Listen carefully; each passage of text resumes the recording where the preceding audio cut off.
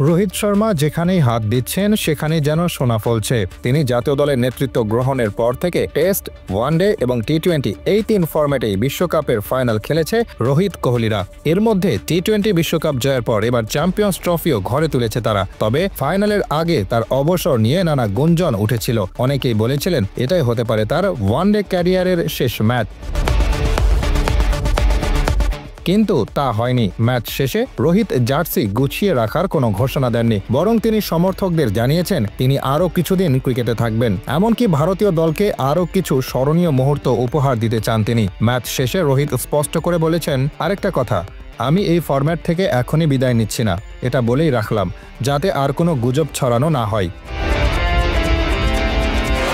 এই ডানহাতি ব্যাটারের বয়স এখন প্রায় 38। শরীরে মেদ বেড়েছে, ফিটনেসেও কিছুটা প্রভাব পড়েছে। তবে ফর্মে এতটুকু মরিচা ধরেনি, বরং তিনি নিজের খেলার ধরন বদলে আরও ভয়ঙ্কর হয়ে উঠেছেন। আগের মতো বড় ইনিংস খেলার চিন্তা থেকে সরে এসে এখন দলকে দ্রুত এবং শক্তিশালী স্টার্ট দেওয়ার দিকেই মনোযোগ দিচ্ছেন তিনি।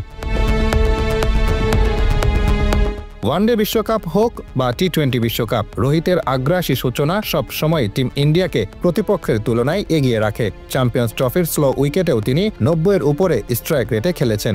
দিন শেষে তার এই ইনিংসই ম্যাচে ব্যবধান গড়ে দিয়েছে। ম্যাচ সেরার পুরস্কারও তিনি যথার্থই পেয়েছেন।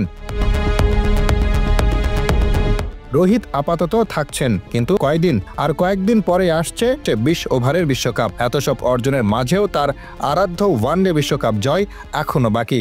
পরন্ত বেলায় এই অতৃপ্তি মেটানোর চেষ্টা করবেন বলেই মনে হয়।